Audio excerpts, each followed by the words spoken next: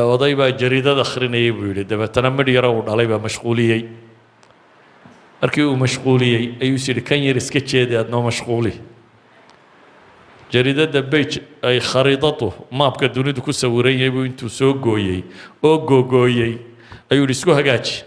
ka soo saareen maabkii dib u dhis wuxuu islahaa kaa yar waad iska dirta oo kaa maqnaanaya wuxuu sheegayaa intii aanu rubuc saac ma fadhinin yarkii wuxuu yidhi waan dhameeyey waa kan maabkii dunidu odaygu wuu yaabo wuxuu yidhi war ma hooyadaba jugraafiga ku dhigtay buu yidhi markaasuu yidhi may seed u samaysay wuxuu yidhi bejka dhankiisa kale ayaa waxaa ku sawir qof bini aadama